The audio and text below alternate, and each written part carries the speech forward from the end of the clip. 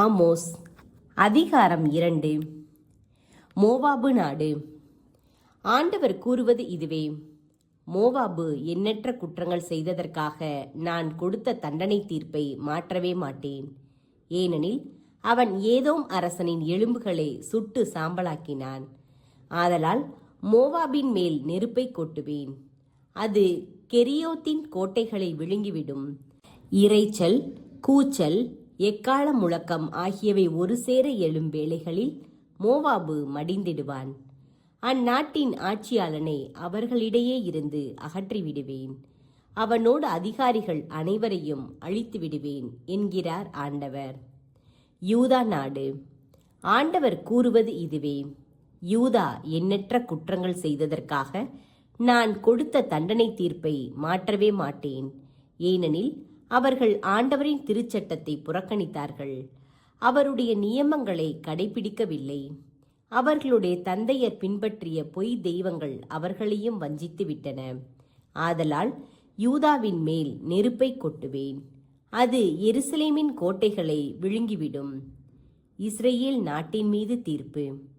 ஆண்டவர் கூறுவது இதுவே: இஸ்ரேல் எண்ணற்ற குற்றங்கள் செய்ததற்காக நான் கொடுத்த தண்டனை தீர்ப்பை மாற்றவே மாட்டேன். ஏனெனில் அவர்கள் நேர்மையாளரை வெள்ளிக்காசுக்கும் வறியவரை 2 காலணிக்கும் விற்கின்றார்கள். ஏழைகளின் தலைகளை மண்ணில் புழுதிப்பட மிதிக்கின்றார்கள். ஒடுக்கப்பட்டோரின் நெறியை கெடுக்கின்றார்கள். மகனும் தந்தையும் ஒரே பெண்ணை கூடி என் திருப்பெயரை களங்கப்படுத்தினார்கள். கடன்காரரிடமிருந்து பறித்த ஆடைகளை விரித்து போட்டு எல்லா பலிபீடங்களின் முன்பும் கிடந்து கொண்டு அபராதம் விதித்து கிடைத்த மதுவினை தங்கள் கடவுளின் இல்லத்தில் குடிக்கின்றார்கள். நானோ கேதுரு மரத்தின் உயரமும் கருவாளி மரத்தின் வலிமையும் கொண்ட எமோரியரை அவர்கள் முன்பாக அழித்துவிட்டேன். மேலே அவர்களுடைய கனிகளையும் கீழே அவர்களுடைய வேர்களையும் அழித்துவிட்டேன். மேலும் எகிப்து நாட்டிலிருந்து உங்களை அழைத்து வந்து 40 ஆண்டுகள் பாலை நிலத்தில் உங்களை வழிநடத்தி எமோரியர் நாட்டை நீங்கள் உரிமை சொத்தாக்கிக் கொள்ள செய்தேன். உங்கள் புதல்வர்களுள் சிலரை இறைவாக்கினராய் உயர்த்தினேன்.